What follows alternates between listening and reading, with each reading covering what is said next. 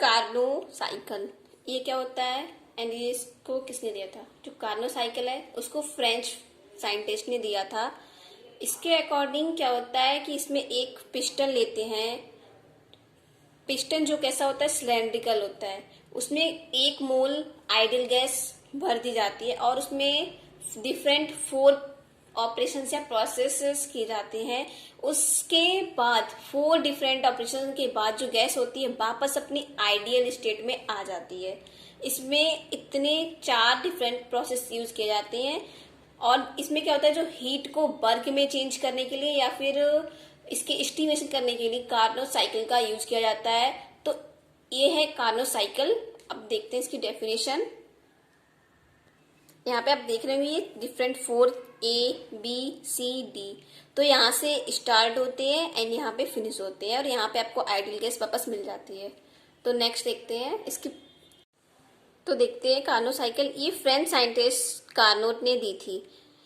इनके अनुसार क्या, जो हीट को वर्क में कन्वर्ट करने के लिए या फिर इसके एस्टिमेशन में कार्नोट साइकिल का यूज किया जाता है, जिसमें एक आइडियल गैस डिफरेंट प्रोसेस के बाद अपनी ओरिजिनल स्टेट में वापस आ जाती है। जैसा कि मैंने आपको डायग्राम में समझा ही दिया है कि इसमें डिफरेंट प्रोसेस के बाद जो ओरिजिनल गैस, जो आइडियल गैस भरी जाती है, वह अपनी ओरिजिनल स्टेट में वापस आ जाती है।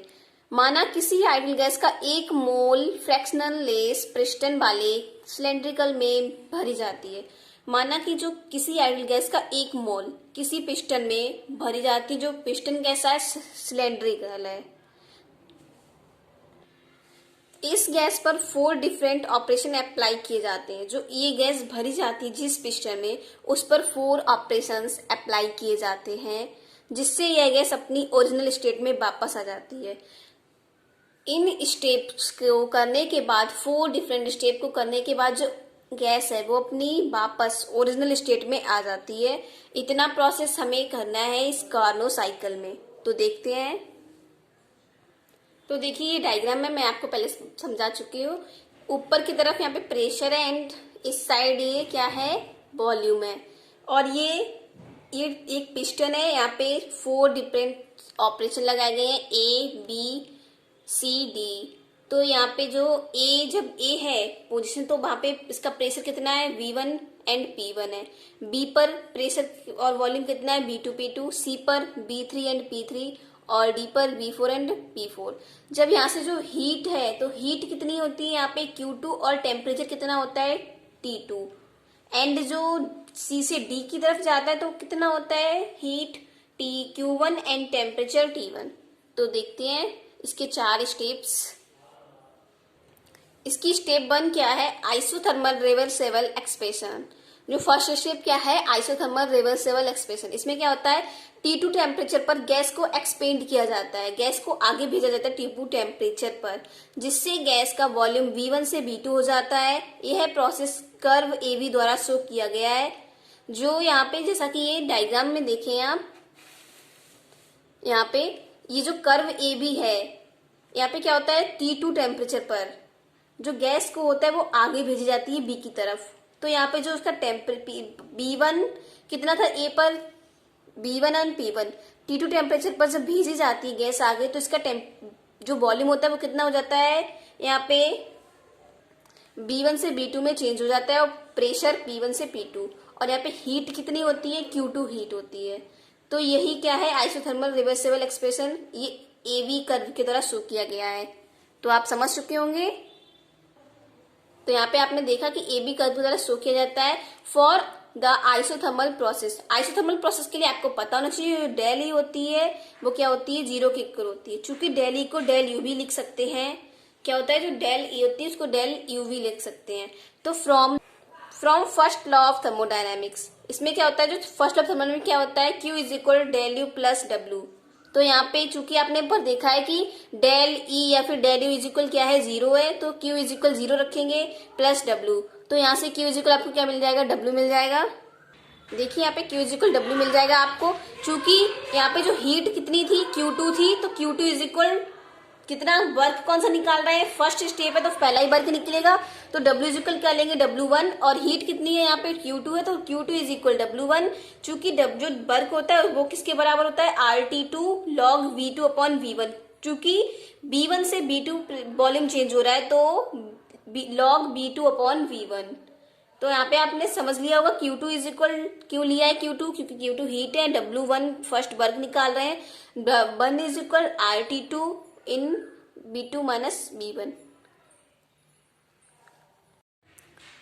सिंस गैस कंप्रेस्ड होती है और इस प्रोसेस में T1 टेम्परेचर पर हीट को ठंडे रेजर्वोयर में ट्रांसफर किया जाता है, ठंडे मतलब रेजर्वोयर में ट्रांसफर किया जाता है। तो यहाँ पे क्या होता है, चूंकि minus Q1 is equal W3, जो Q1 लेंगे वो क्या लेंगे, माइनस का लेंगे, तो minus Q1 is equal W3 is equal RT1 log V4 upon V3। तो यहाँ पे W3 इज इक्वल हम क्या लिख सकते हैं, RT1 log V4 upon V3। And ये नेगेटिव साइन देखिए आप कैसे आएगा, जो log V4 अपॉन V3 था इसको पलट दिया है, V4 अपॉन V3 कर दिया है, माइनस कॉमन कर लिया है। लॉग में ये होता है, अगर उल्टा करो तो नेगेटिव आ जाता है। तो V3 is equal minus RT1 log V3 upon V4, ये इस इक्वेशन मानेंगे 3। नेक्स्ट स्टेप क्या है आपकी, लास्ट स्टेप है आइडियाबैटिक reversible comparison.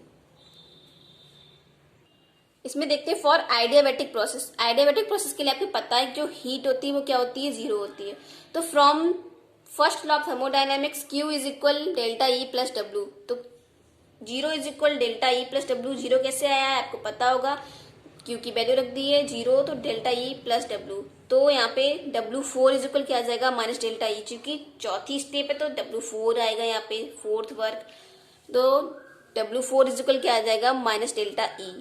From the definition of molar heat capacity at constant volume, constant volume पर मोलर हीट कैपेसिटी की definition से, जो आपने सेकेंड स्टेप में किया था सेम आपको वही यहाँ पे करना है, क्योंकि ये आइडियाबैटिक रिवर्सिबल कंपैरिजन है। तो देखते हैं सीविजिकल क्या होता है, delta E upon delta T at constant volume. यहाँ से आप क्या करेंगे, डेल्टा ई की वैल्यू निकालेंगे जैसे लास्ट सेकेंड स्टेप में निकाली थी। सीविजिकल क्या, डेल्टा ई इजिकल क्या आ जाएगा, सीवी डेल्टा टी, जो पुट करेंगे इसमें W4 इज इक्वल, आपको दिख रहा होगा W4 is equal minus delta E में पुट करेंगे तो क्या आ जाएगा, W4 इज इक्वल आएगा आपका minus CV into delta T. चूंकि जो डेल्टा टी है वो आपका क्या है, टेम्परेचर में डिफरेंस है, तो यहाँ पे W4 इज इक्वल क्या आ जाएगा, माइनस CV डेल्टा टी का जगह पे क्या लिखेंगे हम यहाँ पे T2 माइनस T1। इस इक्वेशन को क्या करेंगे, 4 इक्वेशन नेम दे देंगे। अब देखते हैं hence total work done in the cyclic process, total cyclic process में जितना वर्क डन किया गया है वो, तो W इक्वल क्या है, W1 plus W2 plus W3 plus W4, क्योंकि 4 स्टेप में इस प्रोसेस को कंप्लीट करते हैं तो 4 वर्क यहाँ पे में फाइंड हुए हैं।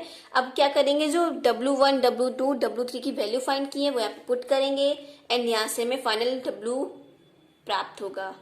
तो देखते हैं यहाँ पे देखिए W is equal RT2 log V2 upon V1, ये किसकी वैल्यू है, W1 की। CV T2 माइनस T1, ये किसकी वैल्यू है आपकी, W2 की, minus RT1 log V3 upon V4, ये किसकी वैल्यू है आपकी, W3 की, and minus CV T2 minus T1, ये किसकी वैल्यू है, W4 की। तो यहाँ से आपको दिख रहा होगा कि ये एंड ये कैंसिल हो रहा है यहाँ पे, तो इनको कैंसिल कर देंगे तो W इक्वल क्या बचेगा आपके पास, RT2 log V2 upon V1 minus RT1 log V3 upon V4। इसको इक्वेशन 5 नेम दे देंगे। अब देखेंगे from first and third step, from first and third step में देखते हैं, we know that T2 upon T1 is equal क्या होता है, क्या होगा, B4 अपॉन V1 की पावर गामा माइनस 1। चूंकि ये किसके लिए ले रहे हैं, फर्स्ट एंड थर्ड स्टेप के लिए रहे हैं। इसमें क्या है, इन स्टेप में जो वॉल्यूम है V1 और V4 है, तो ये जानते हैं कि T2 अपॉन T1 इक्वल क्या होता है, V4 अपॉन V1 की पावर गामा माइनस 1। इसको क्या करेंगे, इस इक्वेशन 6 नेम दे देंगे।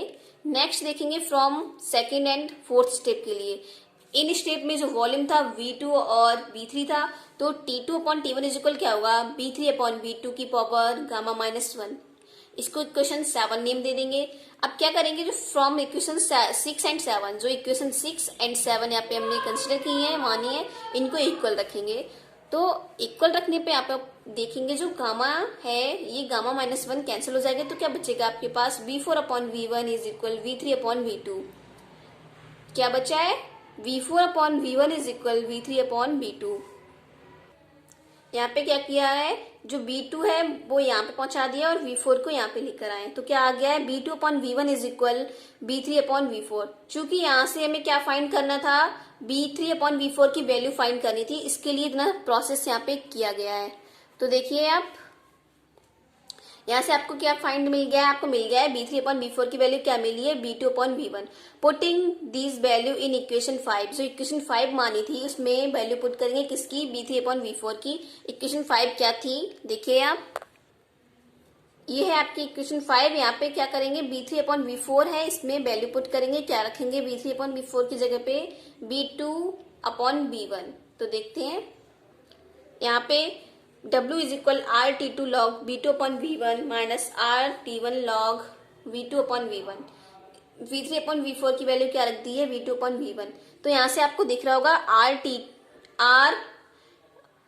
B2/V1 ये कॉमन मिल रहा है, R log V2/V1 आपको यहाँ से कॉमन मिल रहा है, तो ये कॉमन कर ले, क्या बचेगा, W is equal R log V2/V1 T2 minus T1। तो आपको क्या मिल जाएगा, W या फिर Q is equal R log V2/V1 T2 minus T1। तो ये आपको एक फाइनल इक्वेशन मिल गई, W is equal hence total work done and total heat in cyclic process is equal. जो एक साइक्लिक प्रोसेस होता है उसमें जो टोटल वर्क होता है या फिर एंड टोटल हीट जो होती है वो क्या होती है, इक्वल होती है। तो ये क्या था आपका कार्नोट साइकिल।